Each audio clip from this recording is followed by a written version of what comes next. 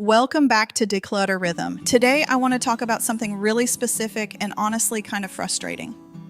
You clean the kitchen, you wipe down the counters, put things where they belong, maybe even light a candle to enjoy that 5-minute sense of peace.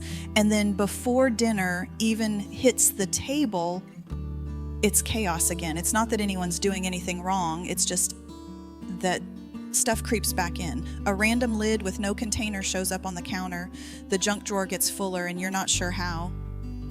That cute little basket you bought to stay organized, now it's just holding more junk you don't want to look at. I've been in that cycle for years, and what finally helped me wasn't some Pinterest perfect makeover or expensive storage system.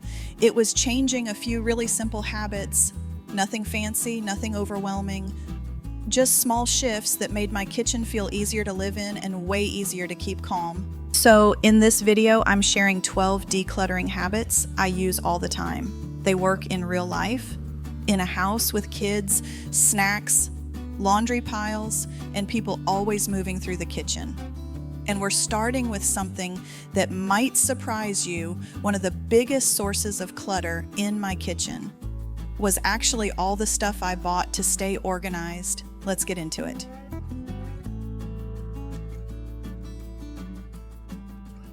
Let's start with something sneaky. The clutter that hides behind the illusion of being organized. You think the drawer looks neat because everything's in a box or a pouch. But when you need something, you have to dig through layers. And that's when you realize you're not organizing less stuff. You're just storing more indecision. I used to keep a labeled container full of old phone chargers, none of which matched anything we owned anymore. But because they were tucked neatly in a box, I gave them a pass. I'd open the drawer, see everything stacked in rows, and think at least this part is under control. Meanwhile, I hadn't used a single cord in 2 years. That box wasn't solving anything. It was just a tidy disguise for a decision I didn't want to make. And this doesn't just happen with tech stuff. It's those little spice jars you bought for a recipe you made once. It's the stack of plastic lids that don't match any container but might be useful. It's the coffee mug from a conference 5 years ago that you don't like, but it holds pins now, so it feels productive. Now I ask myself one thing. Does this storage make my life simpler, or does it just delay the decision? If I haven't used it, touched it, or even remembered it existed in months, it doesn't matter how tidy it looks, it's time to let it leave. I've learned that a drawer that's half empty but intentional is more helpful than a full one I never want to open. Tomorrow, I'll be sharing a few tiny mindset shifts that help you declutter even when you're feeling guilty or sentimental. So stay tuned for that if decision making is your biggest block. You don't need more bins, you need fewer things to contain. And once that clicks, the next step becomes so much easier.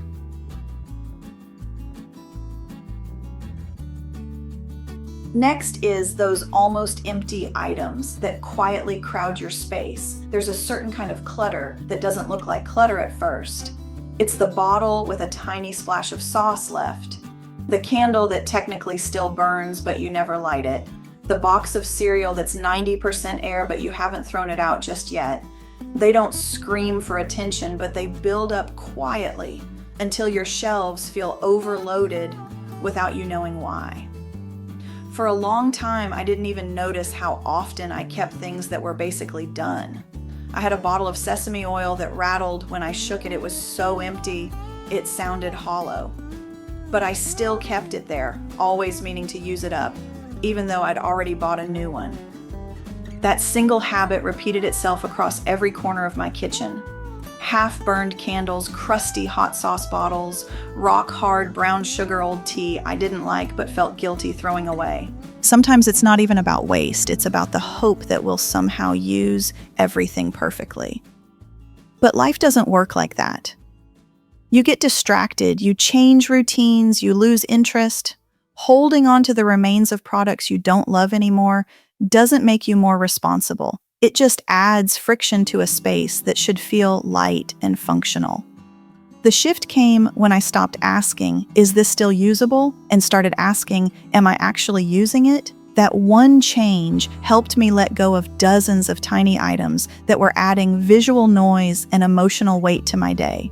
Now, if something is nearly gone and I haven't touched it in weeks, I give myself permission to clear it out. No guilt, no explanation. You don't need a kitchen full of maybe later items. You need a space that feels finished, clear, and ready to support your next decision, not drag you into the last one.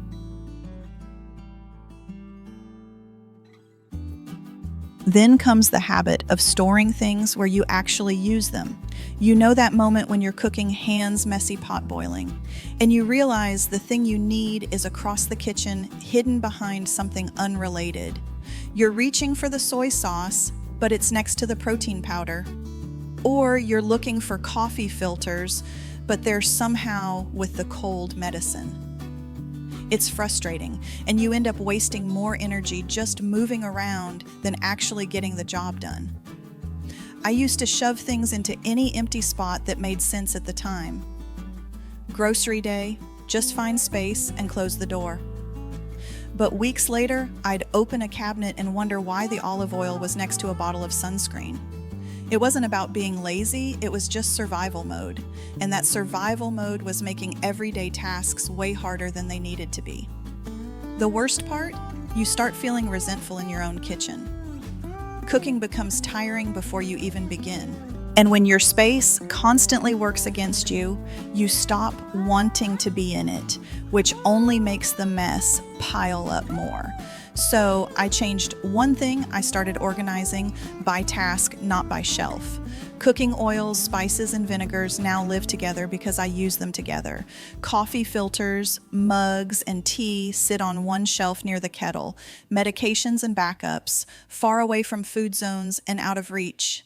This setup makes even the most rushed mornings easier because everything I need is where I naturally look for it. It doesn't have to be beautiful. It just has to make sense to you, to how your body moves, how your routines flow, and what your hands reach for first. Organizing this way doesn't just save time. It gives you little moments of peace throughout the day, and that's what makes a kitchen feel manageable again. After that, let go of tools you've outgrown. There's a strange kind of guilt that shows up in the kitchen, not from food waste or mess, but from keeping things we once needed and don't anymore. You open a drawer and see baby spoons, suction plates, silicone bowls, sippy cups, things that once made life easier, but now just sit there unused and oddly hard to part with. For me, it was a drawer full of toddler feeding gear. My youngest had stopped using them, but I kept telling myself, what if a friend visits and needs one, or what if we end up needing them again? It sounds harmless, but every time I opened that drawer, it felt like a silent reminder of a version of motherhood I'd already passed through. That drawer wasn't just full of plastic, it was full of old habits, old roles, old just-in-case stories that didn't serve me anymore. The truth is, I hadn't used that stuff in over a year. And worse, seeing it every day made me feel like I was still stuck in that phase, even though we'd moved on. So one morning I pulled it all out. I kept one bowl and one silicone plate just in case, and donated the rest to a local family center. It took 5 minutes, and it felt like a weight I didn't realize I was carrying had finally lifted. Letting go doesn't mean it didn't matter. It means it served its season, and now it's time to create space for what your life looks like today. You're not throwing away memories. You're clearing space for the next version of you. Decluttering isn't just about space. It's about permission to grow, to change, to need different things now than you did 3 years ago. And when your kitchen reflects who you are now, everything inside it feels more supportive, not more overwhelming.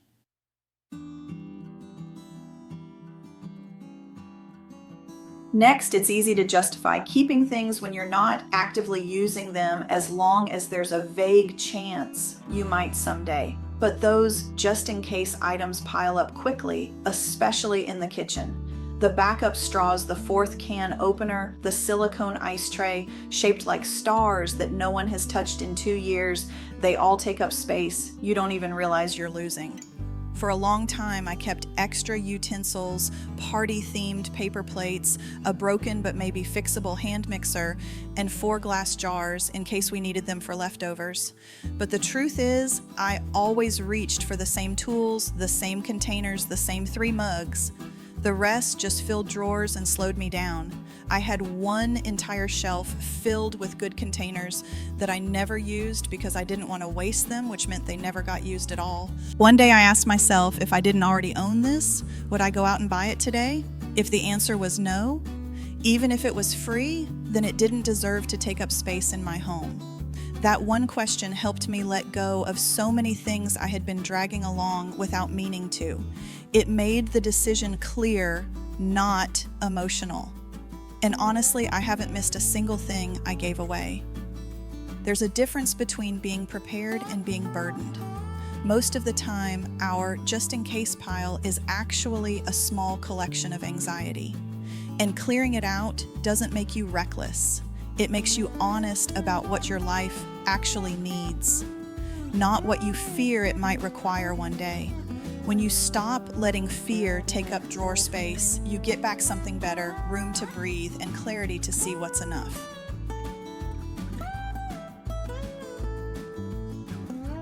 Tip 6 is about saying goodbye to things that are basically done.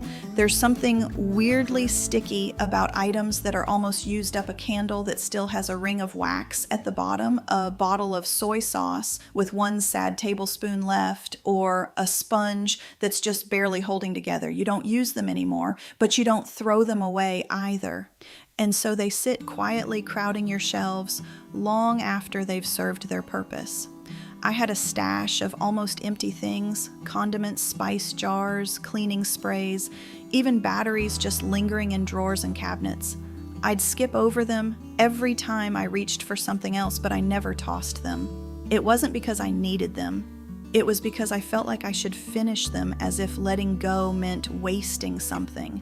But really, I was just storing avoidance, tiny decisions I didn't want to make.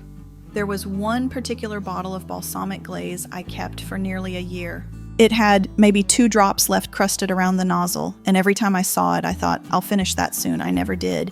It became a symbol of my own mental clutter, the way I put off closure, even when it was harmless. And this is the truth about clutter. It's not just mess, it's hesitation, it's weight, and it shows up in the smallest corners. Now, I've set a rule for myself. If I haven't reached for it in weeks, and it's basically on its last leg, I let it go. I don't wait until it's completely unusable. I let myself clear space before it turns into frustration. Because the truth is, keeping half-dead things doesn't make me more responsible. It just makes my home feel a little more cluttered, a little more chaotic, a little more heavy. Letting these things go is like removing low-grade background noise you didn't know was bothering you. And once it's gone, you notice how much calmer the shelf looks and how much lighter you feel.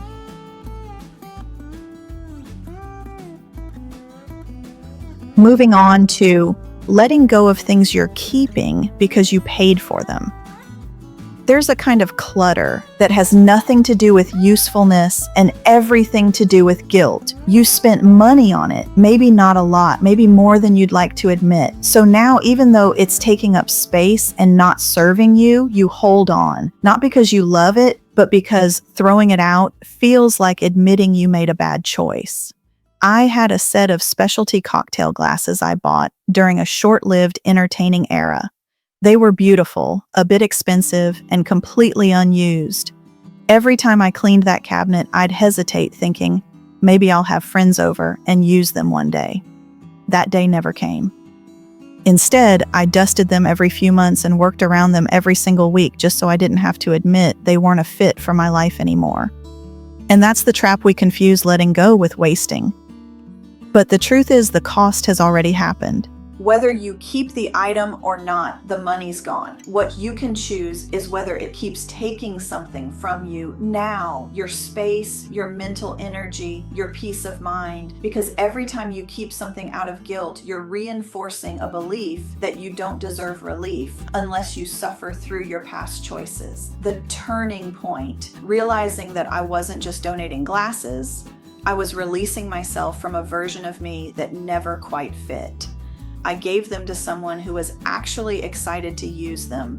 And in return, I got back a shelf that finally felt honest. Decluttering isn't about forgetting the value of something. It's about recognizing when that value has already been spent. What you keep should support the version of you who lives here now, not the version you once thought you'd become.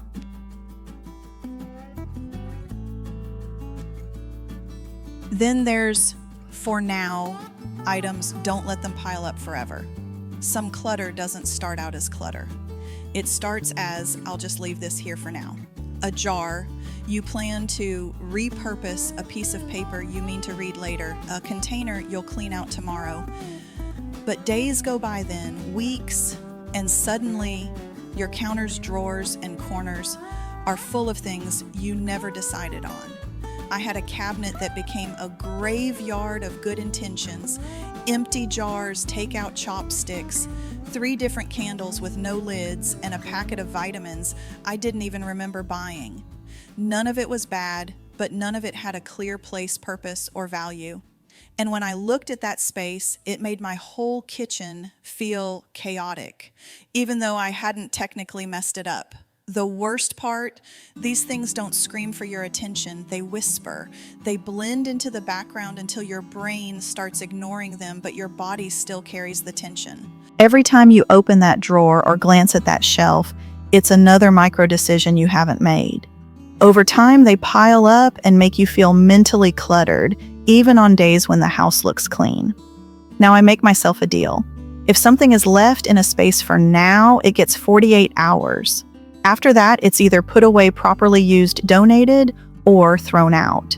The object doesn't have to be perfect, but its place in my home needs to be clear. Because when everything is temporary, nothing feels stable. And your kitchen deserves to feel like a space that's settled, not waiting for the next round of decisions. Peace isn't found in perfection. It's found in closing loops.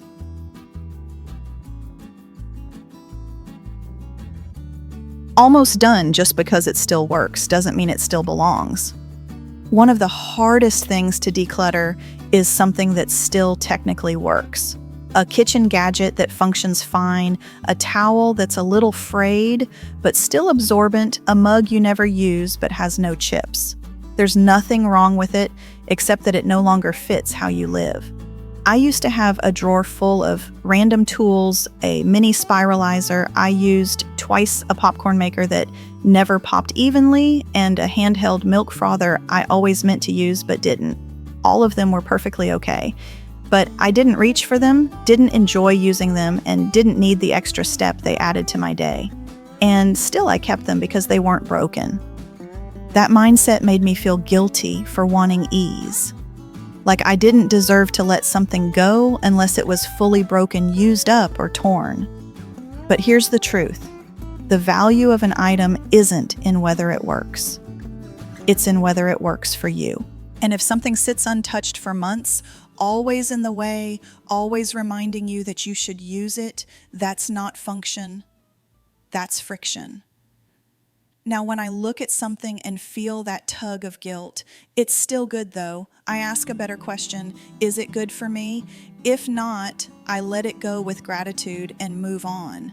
Because I'd rather have 3 things I actually love using than 10 things that just still work. Making space isn't about proving you're efficient. It's about giving yourself permission to move forward without dragging behind everything that once made sense.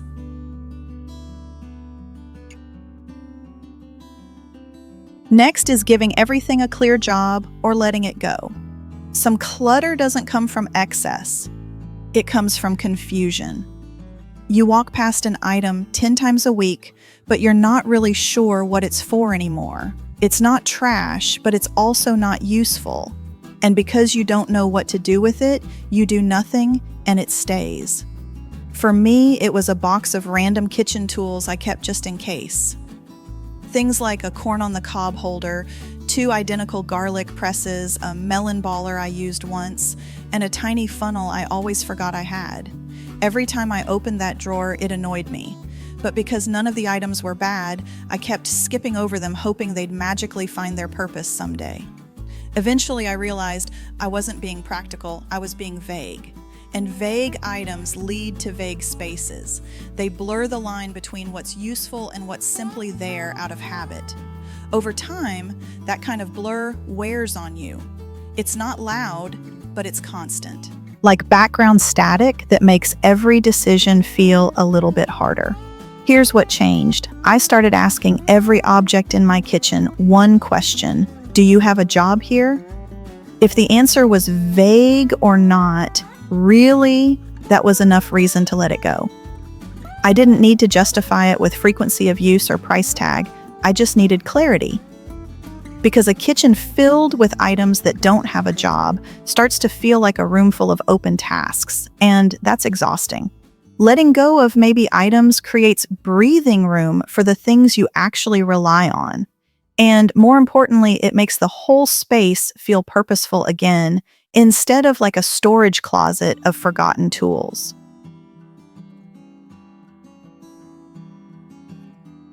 Sometimes what weighs your kitchen down isn't a pile of junk. It's the everyday things you've been quietly tolerating. The ragged towel you keep using because it still absorbs. The stained spatula you swear you'll replace next week.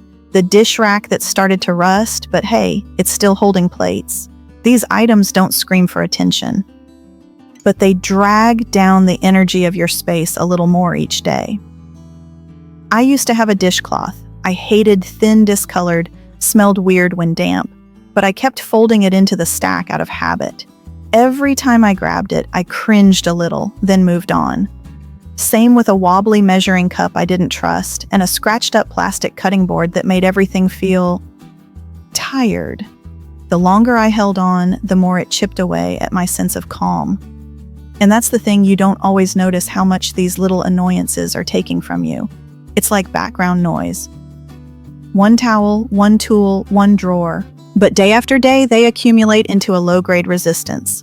And then one day you realize you've been working around discomfort in your own home without even realizing it. Replacing these things doesn't mean you're wasteful. It means you respect how your home feels. I started small, 1 new towel, 1 bamboo spoon to replace 2 melted plastic ones. And instantly the act of using them felt better. Cleaner, more intentional, like my kitchen wasn't just functioning but supporting me. We deserve to interact with tools that feel good in our hands, that don't annoy us in small, repeated ways. And letting go of worn-out things is one of the quickest, clearest ways to change how a space feels without doing a massive overhaul.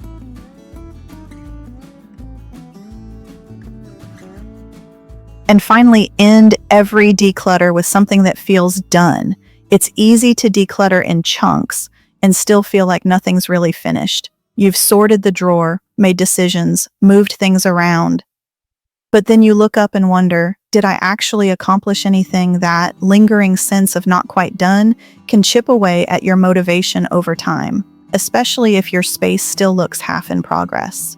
What helped me shift this was adding one small satisfying action at the end of every decluttering session.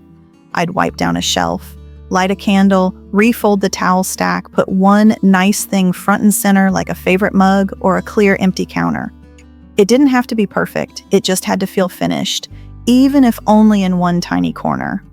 There was one time I spent 40 minutes cleaning out 2 kitchen drawers. The contents were sorted and donated, but everything still looked messy. So I took 2 extra minutes to line the drawer with fresh paper and neatly place the few items I was keeping. That small gesture changed everything. Suddenly, it didn't feel like a chore I stopped halfway through. It felt like a task I completed. And that feeling of completion made me want to do more the next day. Decluttering isn't just about what leaves, it's about what stays and how it feels.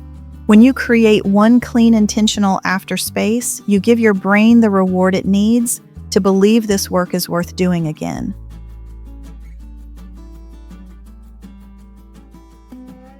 That's it, 12 tiny shifts that have made my kitchen feel lighter, calmer, and actually easier to keep clear. Not perfect, not Pinterest-worthy, just functional, peaceful, and less overwhelming. If you're in a season where even opening a drawer feels like too much, I want you to know you don't have to do it all today. Try just one. Pick a single towel to toss or clear one little corner. Sometimes the smallest wins are the ones that break the cycle. And if this kind of simple, honest decluttering helps you breathe a little easier, I'd love for you to stick around. There's a whole series coming room by room, habit by habit, and we're building it slowly in a way that actually fits real life. Next up, we're heading into the pantry, not to organize every label, but to make it make sense again. You won't want to miss that one. If this video felt helpful, feel free to subscribe, or share it with someone who might need a little clarity too. You deserve a kitchen and a life that supports you, not drains you.